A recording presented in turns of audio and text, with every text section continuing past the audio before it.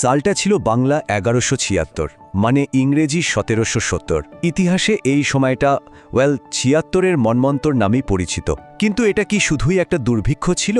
না, এটা ছিল তার থেকেও অনেক বড় কিছু, একটা মহাবিপর্যয় যা বাংলার চেহারাটাই চিরদিনের জন্য পাল্টে দিয়েছিল। চলুন এই ইতিহাসের গভীরে একটু ঢোকা যাক।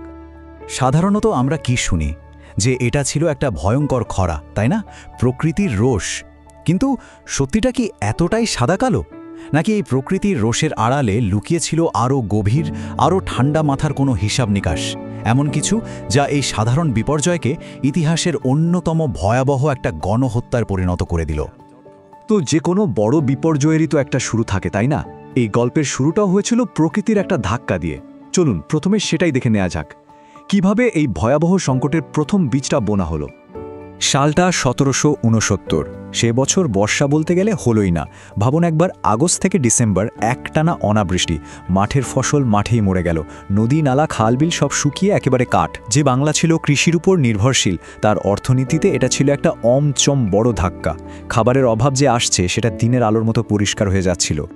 আর ঠিক এখানেই গল্পটা একটা বড় মোড় নেয়। হ্যাঁ, একটা খরা অবশ্যই ভয়ঙ্কর, কিন্তু একটা খরা কি একাই ১ কোটি মানুষের জীবন কেড়ে নিতে পারে? ভাবা যায়? নাকি এই ছোট আগুনে ঘি ঢেলে দেওয়ার জন্য অন্য কোনো শক্তি কাজ করছিল? প্রকৃতির আঘাত তো ছিল শুধু শুরুটা, আসল সংকটটা ছিল মানুষের তৈরি। চলুন এবার দেখা যাক কিভাবে ব্রিটিশ ইস্ট ইন্ডিয়া কোম্পানির লোভ আর তাদের কিছু নির্মম নীতি একটা সাধারণ প্রাকৃতিক দুর্যোগকে মানব ইতিহাসের অন্যতম নৃশংস একটা দুর্যোগে পরিণত করে দিল। তখন বাংলার ক্ষমতার কেন্দ্রে কারা? ব্রিটিশ ইস্ট ইন্ডিয়া কোম্পানি, মানে একটা ব্যবসায়ী প্রতিষ্ঠান। আর তাদের কাছে মানুষের ভালো মন্দের চেয়েও অনেক বেশি জরুরি ছিল একটাই জিনিস: লাভ, প্রফিট আর রেভিনিউ কালেকশন।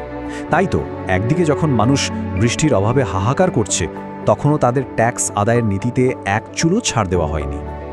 সবচেয়ে অবাক করা ব্যাপার কি জানেন? দুর্ভিক্ষের আগের বছরের চেয়ে দুর্ভিক্ষের বছরে কোম্পানি প্রায় ৭০ লক্ষ টাকা, হ্যাঁ ৭০ লক্ষ টাকা বেশি রাজস্ব আদায় করে। কিভাবে? কৃষকদের ওপর অকথ্য অত্যাচার করে, জোর জুলুম করে। ভাবুন একবার অবস্থাটা, মানুষের ঘরে খাবার নেই, আর সেই সময় তাদের শেষ সম্বলটুকুও কেড়ে নেওয়া হচ্ছে। এর ফল যা হওয়ার তাই হলো মারাত্মক।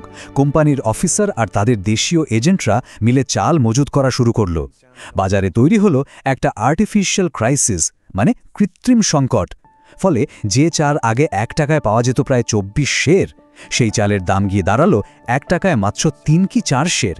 সাধারণ মানুষের নাগালের পুরোপুরি বাইরে।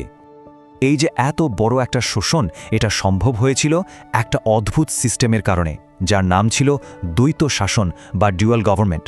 ব্যাপারটা খুব সোজা, টাকা পয়সা আদায় মানে রাজস্ব, আর আসল ক্ষমতা সব কোম্পানির হাতে। আর নাম কাওয়াস্তে শাসন চালানো আর মানুষের ভালো মন্দের দায়িত্ব সেটা নবাবের ঘাড়ে।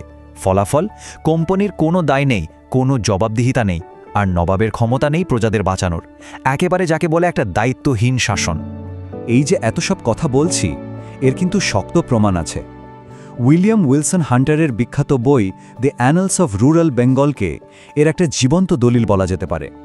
তিনি তার লেখায় একদম স্পষ্ট করে দিয়েছেন যে এটা কোনো প্রাকৃতিক দুর্যোগ ছিল না, এটা ছিল কোম্পানির নির্লজ্জ শোষণ, যা একটা সাধারণ খরাকে মহাদুর্ভিক্ষে মানে মন্বন্তরে পরিণত করেছিল। তো এই নীতি আর এই সীমাহীন লোভের ফল কি হলো? বাংলার সাধারণ মানুষকে এর জন্য কি ভয়ঙ্কর মূল্য চোকাতে হয়েছিল? চলুন এবার সেই বিভীষিকার ছবিটাই একটু দেখি। স্ক্রিনে যে ছবিটা দেখা যাচ্ছে, এটা সেই সময়ের ভয়াবহতার একটা সামান্য ঝলক মাত্র। বাংলার মোট জনসংখ্যার প্রায় 1/3, মানে প্রায় ১ কোটি মানুষ। সোচুন একবার, ১ কোটি মানুষ হয় অনাহারে নয়তো রোগে মারা গিয়েছিল। গ্রামের পর গ্রাম লিটারালি মৃত্যুপুরীতে পরিণত হয়েছিল।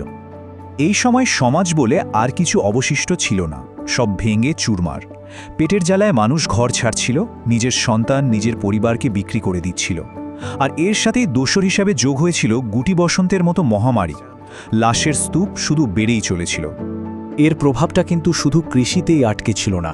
বাংলার যে বিশ্বজোড়া নাম ছিল তাঁত আর রেশম শিল্পের জন্য, সেই কারিগররা, সেই শিল্পীরা হয় মা খেতে পেয়ে মারা গেলেন, না হলে পেশা ছাড়তে বাধ্য হলেন। এক কথায় বাংলার গোটা অর্থনীতিটাই মুখ থুবড়ে পড়ল। এই মহাদুর্ভিক্ষের পর বাংলা আর কখনোই আগের জায়গায় ফিরতে পারেনি। এই ধ্বংসস্তূপের ওপর যে নতুন বাংলা ধীরে ধীরে উঠে দাঁড়ালো, তার সামাজিক আর অর্থনৈতিক গঠনটা চিরদিনের জন্য বদলে গেল। একটা বড় পরিবর্তন ছিল এটা।